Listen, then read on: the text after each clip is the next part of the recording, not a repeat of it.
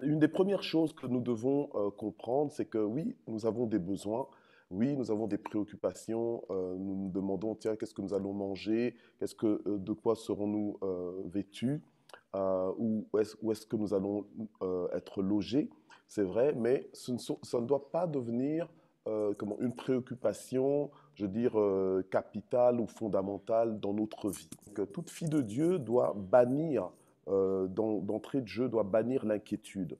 Alors que vous vous engagez dans l'aventure de l'entrepreneuriat, ou peut-être que vous êtes déjà dans l'entrepreneuriat, eh bien, vous devez absolument recalibrer votre mindset, donc votre mentalité, votre positionnement, pour bannir de votre vie, de votre façon de fonctionner, en fait, bannir l'inquiétude.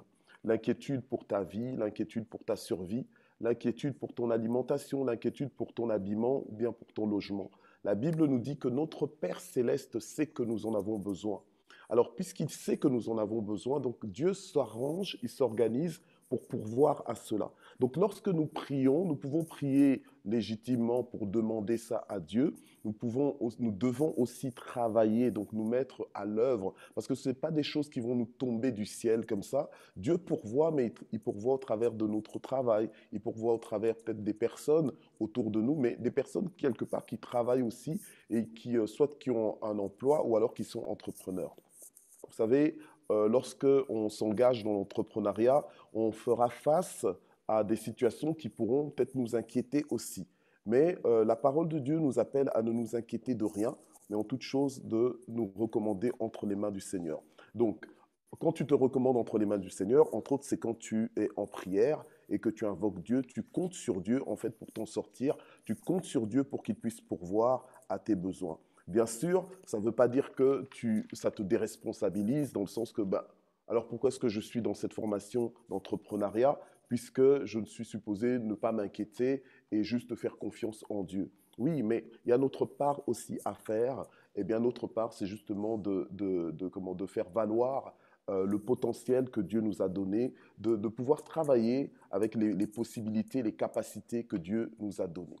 Et effectivement, Dieu veut que l'on prospère à tous égards, comme prospère l'état de notre âme. Donc en fait, on a le feu vert. Il y a beaucoup de gens qui pourraient faire beaucoup, mais qui ne font rien parce qu'ils se disent, oui, mais est-ce que c'est quoi la volonté de Dieu? Est-ce que c'est vraiment la volonté de Dieu? Par contre, ils n'entreprennent pas, mais ils continuent d'être employés. Et quand ils sont employés, ils ne se posent pas la question si c'est vraiment la volonté de Dieu ou pas. Donc il faut vraiment prier. Je prie pour passer à l'action et je prie, mais je fais ma part. Donc en fait, je ne fais pas juste que prier et puis je m'assieds sur ma chaise en attendant que tout se passe pour moi. Non. En fait, je prie et quand je prie, je me dis, ben, une fois que j'ai fini de prier, une fois que j'ai fini de me recommander au Seigneur, une fois que j'ai fini d'écouter, de recevoir les instructions de la part de Dieu dans mon temps de prière, je me lève pour poser des actes. Je te conseillerais et j'aurai le regard sur toi. Alors que tu entreprends, tu dois avoir l'oreille attentive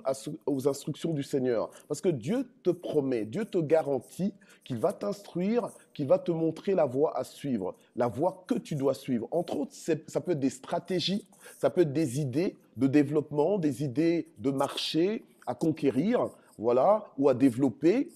Ça peut être des conseils que Dieu te donne, des conseils en négociation. Il peut te donner des idées marketing, il peut vraiment te donner des stratégies commerciales pour te rendre gagnant. Et le Seigneur te garantit aussi qu'il aura le regard sur toi. Donc nous avons des garanties. Donc nous sommes pas seuls. Dieu est avec nous.